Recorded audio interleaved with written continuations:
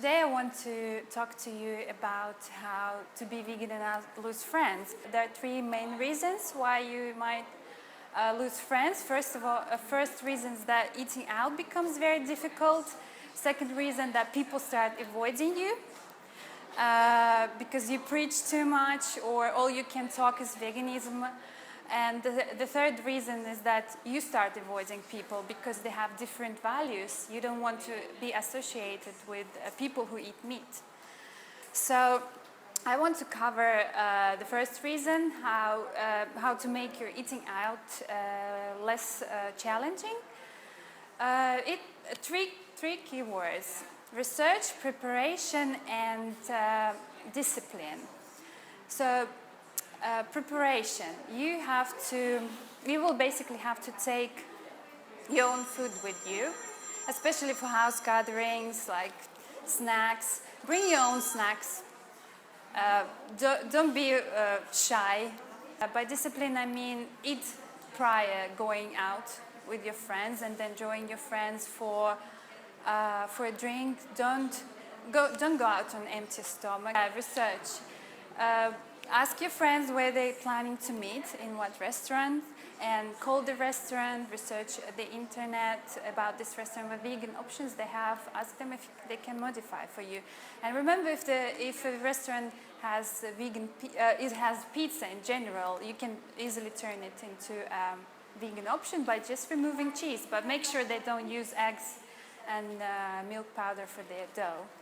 So this part is easy, so don't be afraid to be vegan because eating out is difficult. It's not difficult at all, just preparation is required.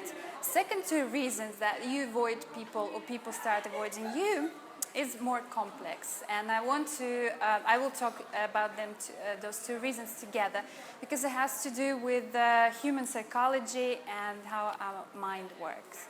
So I've been asking myself since I become vegetarian and vegan, I was asking myself why this positive message can be taken so negatively and why people question, like, the only truth is, of course, you shouldn't harm anyone. It's so clear why there's a question at all. So I asked our old grandpa Freud about it, so he helped me out with my research. So the thing is that how our mind works, that throughout our life, the main goal of our mind, of our subconscious mind, is prevent us from any harmful experiences, physical or emotional. So it collects all the experience, writes carefully down, and so it creates a value system, or also known as comfort zone, or as Freud calls it egos. So imagine all people believe they're good and they're doing the best they can. They're doing good things. So imagine if someone comes and tells you, you're a bad person. How does it make you feel? Your entire life you've been doing the wrong thing. So their values, their belief system is questioned. So what do you think happens if something comes with a question like that to you? Yeah, you automatically become defensive because your belief system is questioned. Your ego is threatened, and you become defensive. This is normal. It's a normal reaction. We all act like that, vegans or not, because we have. Our subconscious mind has those mechanisms in place that help us to deal with unpleasant experiences, and those mechanisms are called defense mechanisms. So I read about all possible defense mechanisms, and I figured out that, in particular with the vegan message, there are two defense mechanisms that get triggered. This is denial and rationalization.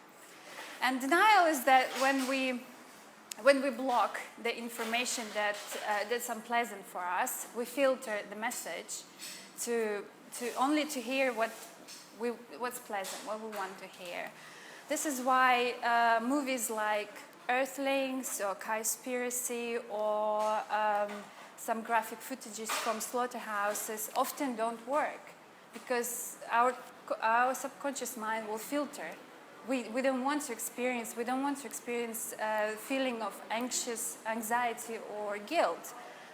And rationalization is when we look for facts to prove the opposite. When we experience something unpleasant, we will find, even if those facts are distorted, our subconscious mind is very likely to believe in it, to protect us from feeling anxious or guilty. So this is when questions like, where do you get your protein from? Or what about B12? Those questions arise, or statements like, but the Bible says that God created all the animals for us to consume. So I find it distorted, this fact, and most of people who come up with this statement, most of them are atheists anyway. So, and this is how they rationalize their behavior, why they're good people. So now you know, well, science behind why people might not take your message the right way. But I also want to help you to prevent it, how you can make sure that those defense mechanisms are not triggered.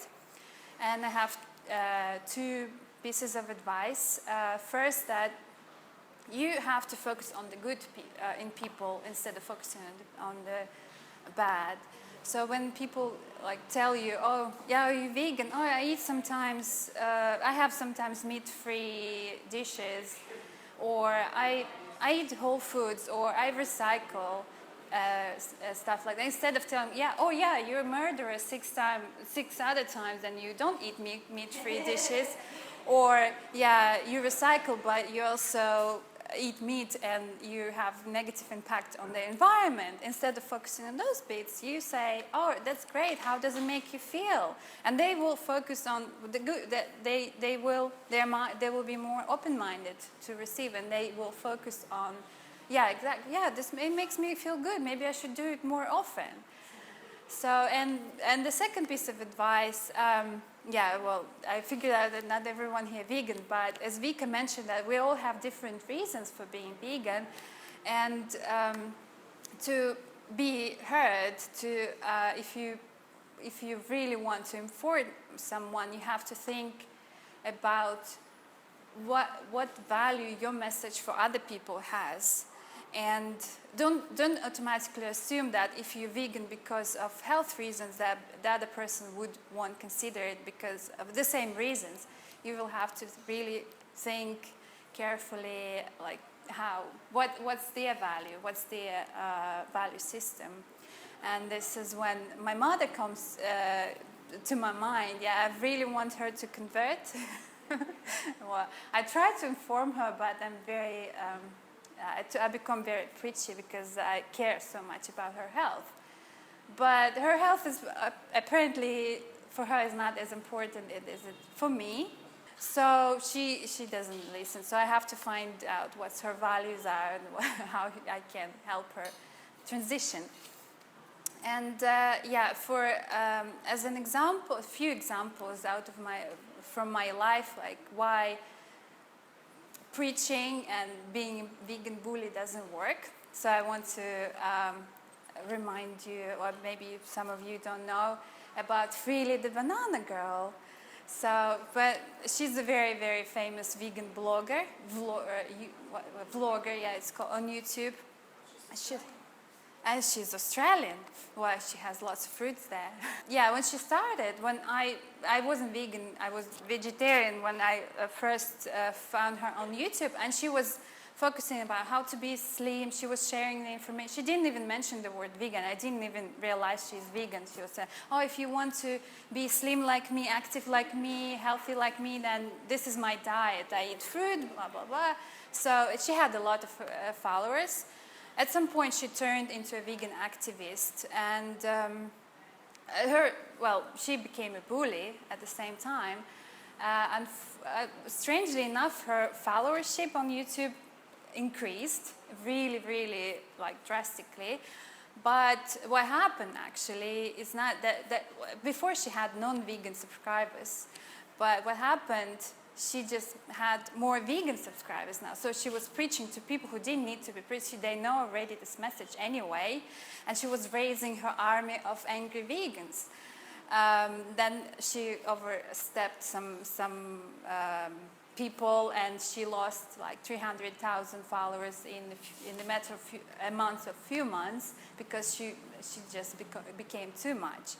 On the other side, there is another vegan vlogger called Kalel, but she doesn't promote herself as a vegan. She's a fashion blogger, health blogger, and and she doesn't even mention the word vegan, but she said like she has a lot of young followers, young girls who want to look like her, and she says, oh, here's my makeup, it's cruelty-free because I care, and this is my new bag, it's fake leather, and it's pretty, and here's my what I eat in a day, so how I keep my body healthy. I eat animal-free meals.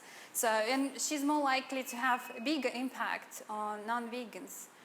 And when I became, I have a blog and I have my Instagram, and when I became vegan, so I had very strong principle. I would never give a like to people who post pictures of meat or fish. Like, I was really passionate and had very strong principle. But what happened, I realized that I'm creating a vegan bubble around myself. And if I want to have an impact, and if I want to inform people, this is not how it should be. So knowing how social media works, that like for like, follower for follower, and I realized that if I want people to see my vegan meals, that if I want to show them that being vegan actually includes having a lot of variety of really delicious food, that you can have veganize lots of dishes that you love, I have to give non-vegan people likes and follow them so they would come to my Instagram and check it out for them. So yeah, so I hope that my information was, you found it useful, and I hope it will help with your social life, and you won't find yourself in a vegan bubble like I did one day. So if you have any questions, I'm happy to answer. Yeah, like I unfriended someone, or someone followed me and I unfollowed them because it was a yogi, this girl saying that she's a yogi and then posting like ham sandwiches. And to me, because I do have followers that eat meat and fish, and indeed I have to think like that, but to me this was just so like controversial. Yeah. I did think about it later on, like actually, you know, she's already a bit like on the yoga path. Yeah. Maybe if, you know, she's just lacks information probably. Yeah. And you can show her. Yeah. I still have to do it. You made me think about it again. Good. Yeah. I'm glad. we like being a Nazi or bully vegan is so yesterday. We have to change how people perceive us. Yes. It's already, and be compassionate towards people. I do. Sorry, you wanted to say something? No? Okay. No, I am quite a little bit still more direct because there's one main reason for me being vegan, and I did actually turn quite some people, well, in total 7, vegan through that way of not being mean or anything. Yeah. I hate being mean. I'm quite a compassionate person, but just showing them the truth, showing them not being nasty pictures or anything, but just like getting to know the story behind it. Well, yeah, that's how I felt with my. I still feel this way. I thought, yeah, she should trust me. I know what's best for her. Like, how can she doubt? Like, it's so obvious, but for some reason she's not open to this message yet. Just, I don't know how to get to her. Good to help out. I'll follow you. Thank you very much. I'll follow you. I'm your vegan friend. One of you post a ham sandwich. Yeah. Well, we sometimes eat mock meat. So don't be deceived. It's not. It's vegan meat. Okay. Yeah. That's a shame though, because in the beginning She could. Yeah. so like she was good. Yeah, for young girls, she could be such a role model because she's slim, active, and everything they want. But instead, she chose to be a bully and attack people.